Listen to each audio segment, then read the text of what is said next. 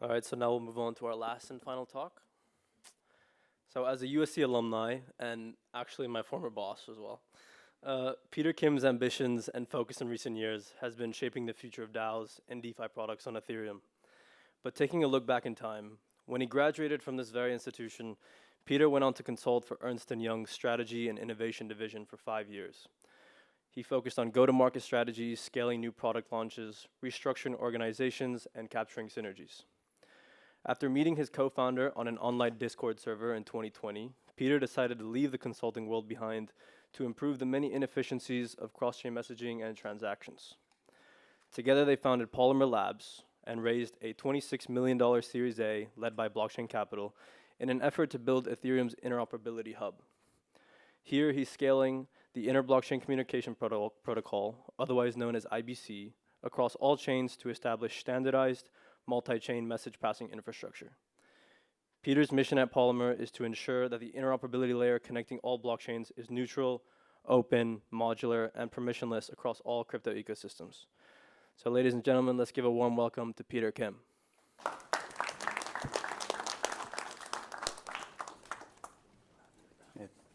Thanks so much, Gabe. One sec, I just have to plug this in.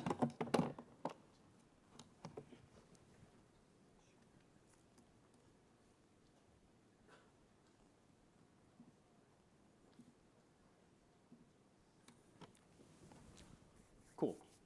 Are we good? You guys can hear me? Yeah. Great. Awesome. Yeah, thanks again, Gabe. I'm here today to present on Polymer. He already gave a great introduction. I'm going to re-give it.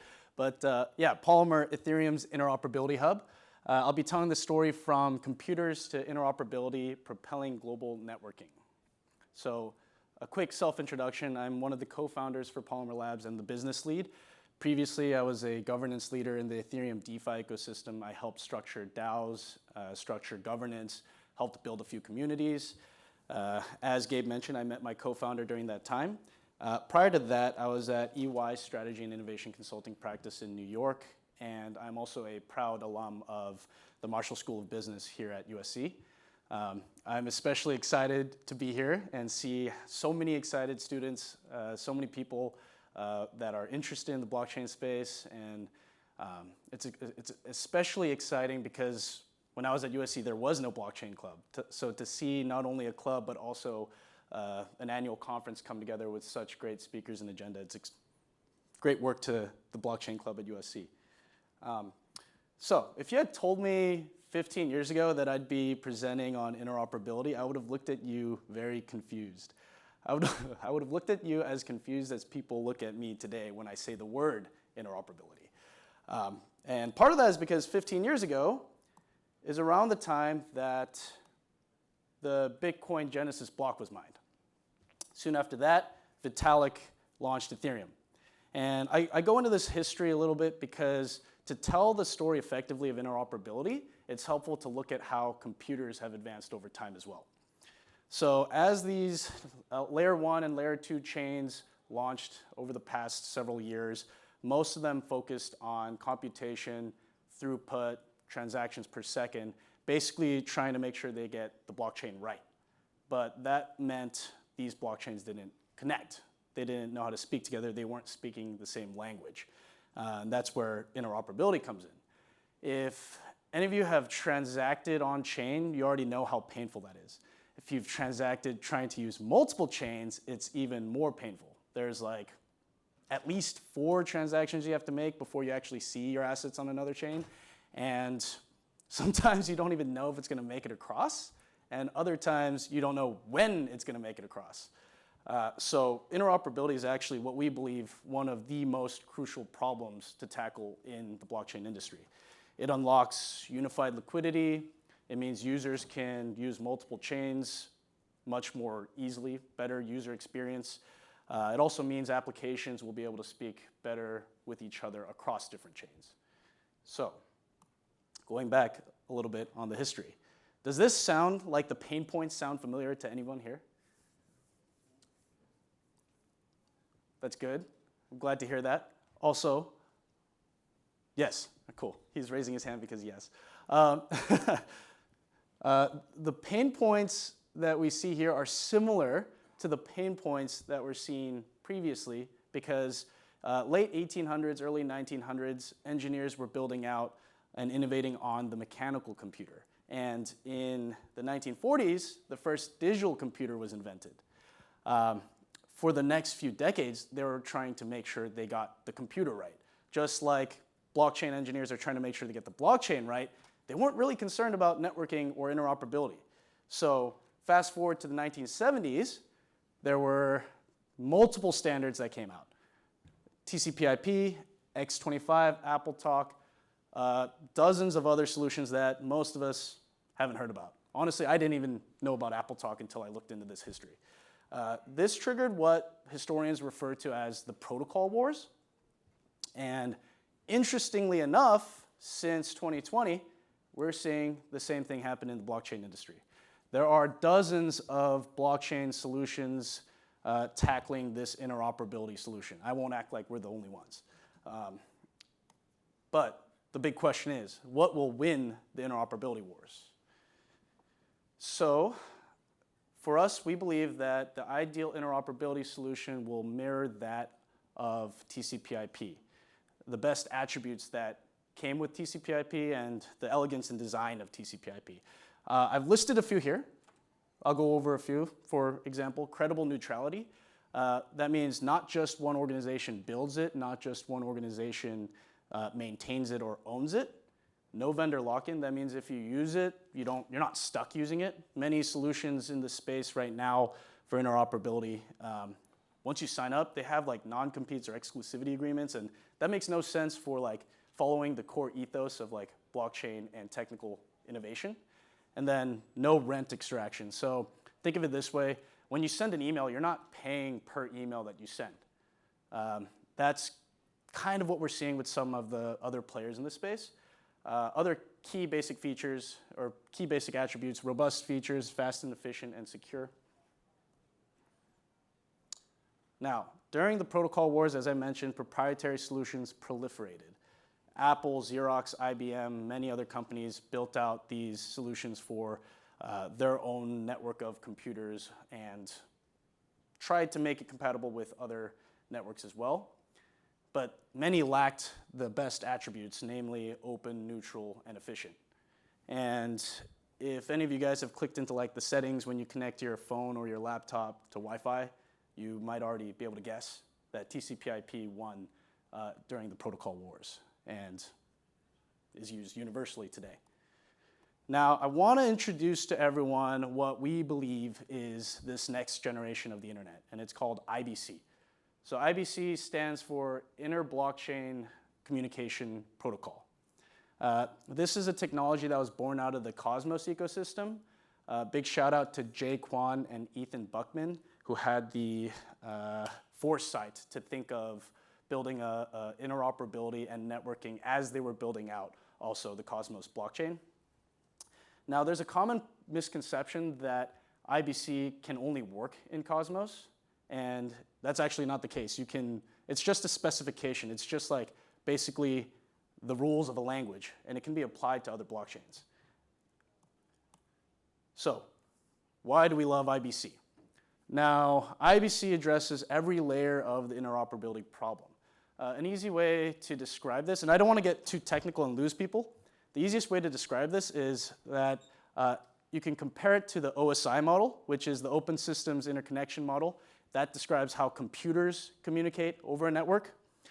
And the two key takeaways on this slide is that, one, each of the layers here are separated. There's the app layer, the transport layer, and the network layer. A lot of solutions in what we call Interop 1.0, back in like 2020, 2021, organizations like Ren, they built, and like multichain.xyz, they built token bridges, which basically conflated the application layer and the transport layer, and that led to a solution that couldn't scale across chains and across multiple different platforms. The second key point from this slide is that on the bottom right here, we have the network layer on the blockchain side, otherwise known as the state layer. What I want to call out here is light clients. So this section, the state layer, the network layer, is what provides the most secure solution or open solution for security for interoperability. So to expand on light clients, basically they sit on different chains and they're lightweight nodes, as in they read the header of a blockchain and send a proof to another blockchain, and that blockchain verifies the state of another chain. In other words, these are establishing the connections between chain by verifying.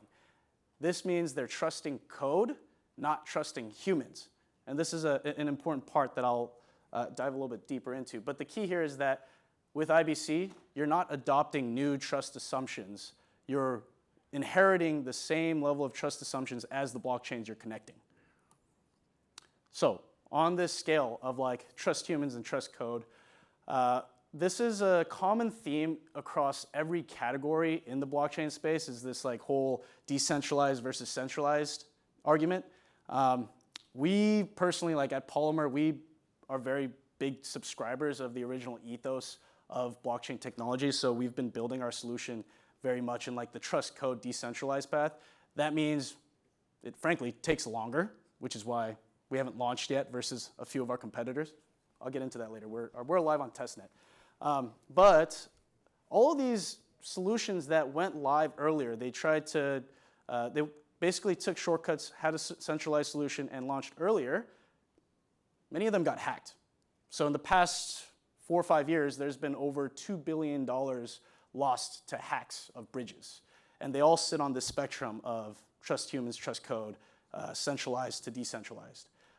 Like some big names that people might have heard of, we have listed here, like Ronin, $650 million lost, Poly Network, $600 million, Wormhole, 326, should be a million there, not $326. And Nomad, $190 million, and so on.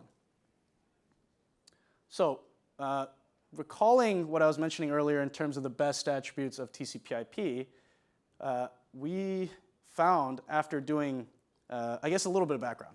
My co-founder and I were building in the ETH DeFi space.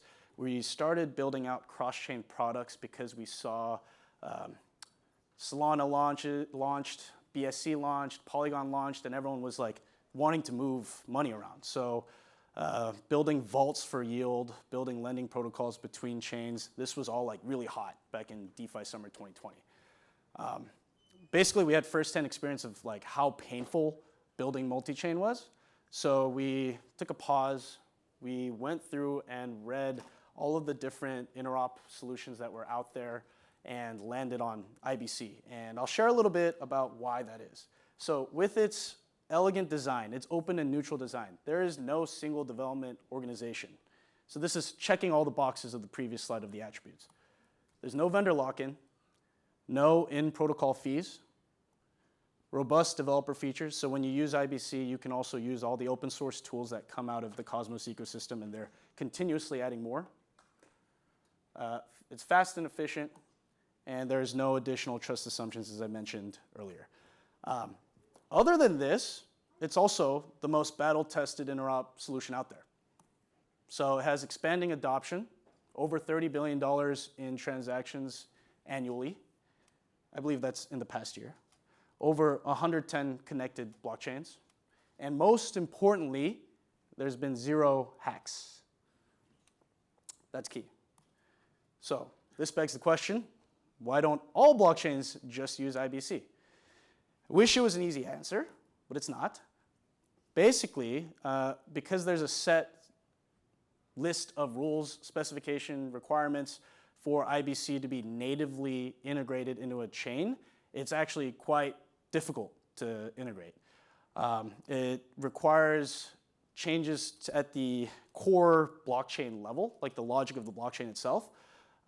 And there's a lot of time and resources that need to go into building these light clients. But once you build the light clients, you have that secure connection. And this is also where Polymer comes in. So with Polymer, we're launching a layer 2 blockchain that will establish IBC as the standard for interoperability. Basically, our layer 2 blockchain will have IBC built into it, and it's connected to all the different Ethereum L2s and Ethereum. So we're enabling a technology that was only in Cosmos and bringing it to Ethereum through an L2. I think I've already gone through the benefits several times, but abstracting away chains, native cross-chain dApps, more fluid user experience for token transfers and wallet usage. And on the right here, we have a graph from, or a diagram graphic from Delphi Digital as well from their annual report of last year. Trying to, I guess, paint the map of how information will flow between blockchains. So, as networking standards proliferated during the protocol wars, so too have interop solutions.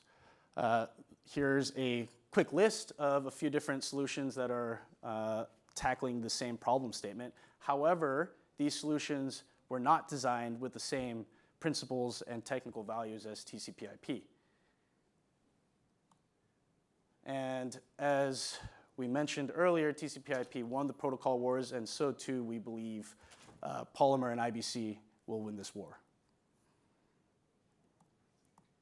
Great. So thank you so much for indulging me in this short history lesson.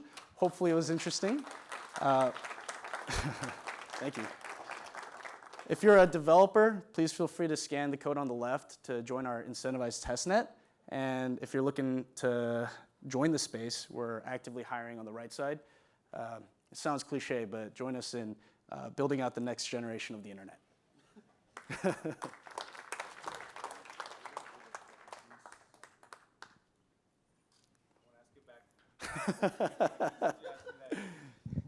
So one of the challenge, now I can actually ask in a different capacity, right?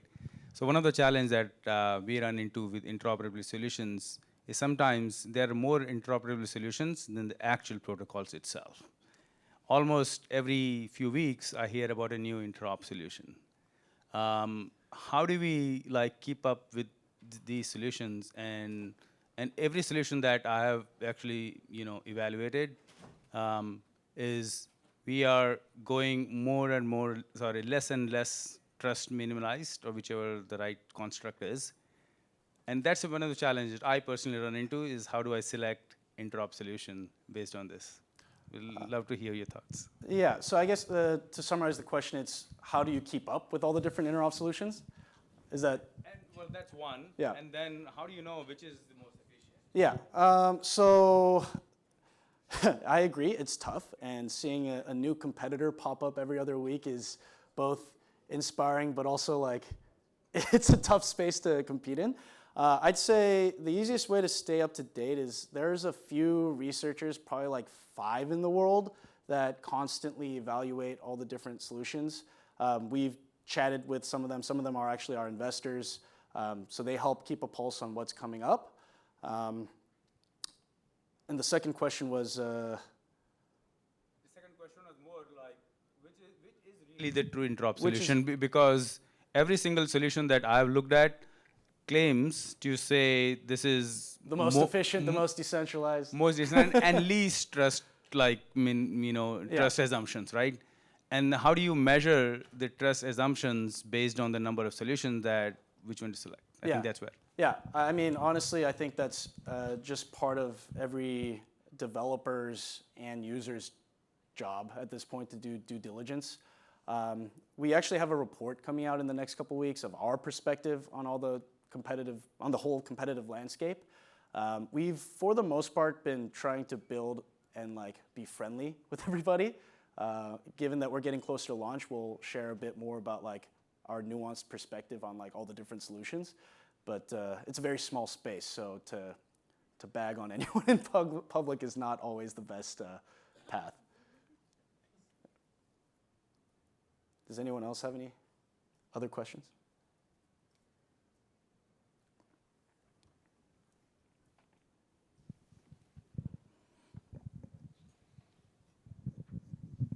I'm curious, what is your funding model? How do you propose to pay for this IBC? Business model. Yes, business model. Yeah. To stay productive. So there's much less focus on monetizing right now. It's more so on adoption. Of course, we have the levers put in place to monetize over time. The way that I don't know how I'll try to describe it with one of the pictures. So here in this slide, basically, when you want to trigger a transaction on another chain, you have to trigger a transaction on the first chain. Right now, what that means is like approving a transaction, executing a transaction, and then executing a transaction on the other side. That process will be abstracted away by what you see here in the middle called relayers. You'll submit a transaction that will pay for the gas, pay for the light client update fee, and then also pay the relayer itself to do the transaction. Basically, you can build in any step of that, like small number of basis points that would be marginal to the transaction cost itself. So that's one way to make money. And a follow-up question, do you foresee an airdrop happening? I don't think I can answer that. But we have a test net up, so.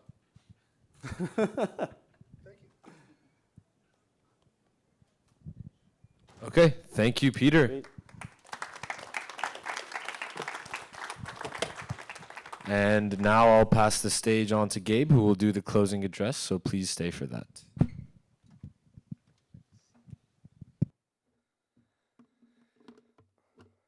All right, so this officially marks the end of the 2024 VanEck Southern California Blockchain Conference. I think it went pretty well, you know, nothing blew up. Celebrate that, I guess. But in all seriousness, I want to give a warm thank you to each and every one of you who took the time to listen to our great speakers in the last 2 days. We did this for the community, so we can only hope that we were able to provide value for everyone sitting before us today. Thank you to our wonderful speakers who kept the audience engaged up until the end, and thank you to our sponsors, VanEck, EduDAO, Ava Labs, Gauntlet, and Pluto, for supporting us throughout each step of our vision this year. And last but not least, I want to thank each and every member of Blockchain SC that skipped class, stayed up late nights, took a quick break from drinking on spring break, lost sleep, blood, sweat, and tears, all so that this year's conference could be a success for a very valuable group of people other than themselves. Gio, Emily, David, George, Luca, Elmira, Carson, Thurin, Trevor, Jonathan, Shreya, Vince, Daisy, Harneet, Uday, Richard, Sean, and our VanEck man, Eric Chung. You guys are the real MVPs. With that, let's bring the 2024 VanEck Southern California Blockchain Conference to a close and enjoy our weekends. Go relax, go have a drink. Thank you to everyone for coming today. We hope to see you next year.